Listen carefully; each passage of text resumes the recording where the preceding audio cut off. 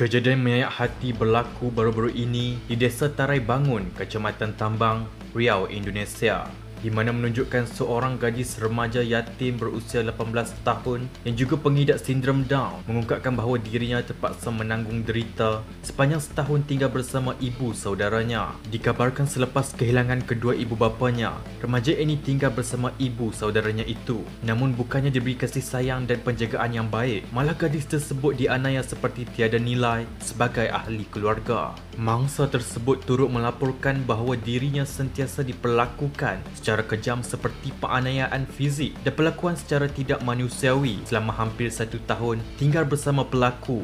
Perkara ini jelas terbukti menerusi satu video yang tular baru-baru ini menunjukkan gadis remaja tersebut dimarahi dan dipukul oleh ibu saudaranya kerana tidak puas hati pakaian di kawasan rumahnya dianggap tidak dicuci dengan bersih. Dilihat dalam video tersebut, ibu saudaranya yang berusia 48 tahun itu bertindak memukul mangsa menggunakan penyapu dan rotan akibat rasa tidak puas hati dengan hasil cucian yang dibuat oleh mangsa. Lebih menyedihkan, kepala remaja itu turut dipijak dalam kejadian yang penuh emosi. Akibat tindakannya itu, mangsa mengalami kecederaan yang serius iaitu lebam di mata sebelah kanannya. Kejadian tersebut disaksikan oleh warga yang tinggal berdekatan kawasan itu dan kemudiannya mereka terus melaporkan perkara ini kepada pihak polis. Pihak polis juga bertindak pantas sejurus selepas menerima laporan. Suspek kini telah ditahan dan siasatan lanjut sedang dijalankan. Kes ini sedang diberi perhatian serius oleh pihak berkuasa tempatan.